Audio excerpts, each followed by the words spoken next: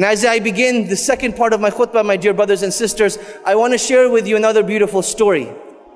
This is the story of a man who was originally Egyptian, but he lives in the beautiful city of Al-Madinah Al-Munawwarah. And he has made Hajj for the last 20 years in a row, every single year. And he was doing an interview recently, and he was asked, you as a janitor, as a poor man, what do you think is the cause that Allah subhanahu wa ta'ala keeps calling you back to His house? So in this interview, the man says, this is purely from the blessings of Allah subhanahu wa ta'ala. And I'm not sure of the exact reason, but I do remember a particular incident in my very first Hajj that I saved up for the whole entire year before I came for my first Hajj. And I went on this great journey.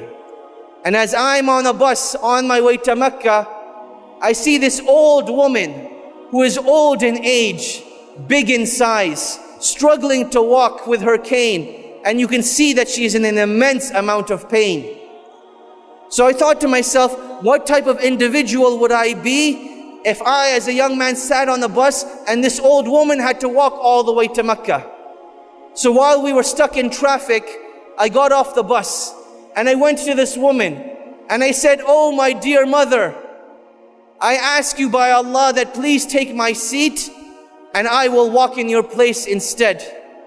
And this woman, she started to cry with tears, thanking Allah that Allah subhanahu wa ta'ala had sent someone that would take her on a bus rather than her having to walk.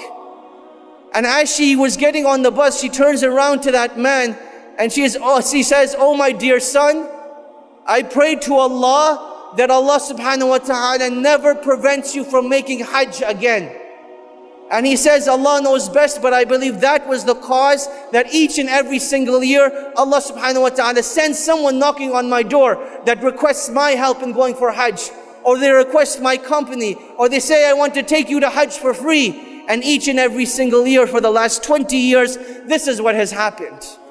My dear brothers and sisters, when we make dua to Allah subhanahu wa ta'ala, we need to remember that nothing is impossible for Allah subhanahu wa ta'ala.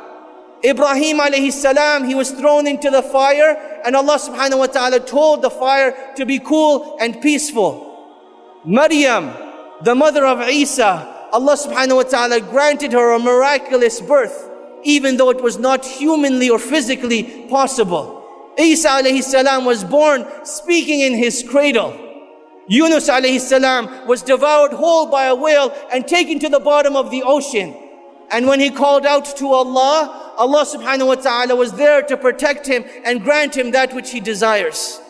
My dear brothers and sisters, that is our relationship with Allah subhanahu wa ta'ala. وَآتَاكُم مِّن كُلِّ مَا سَأَلْتُمُوهُ. That if you were to ask Allah subhanahu wa ta'ala, Allah subhanahu wa ta'ala is shy to turn our hands away empty-handed.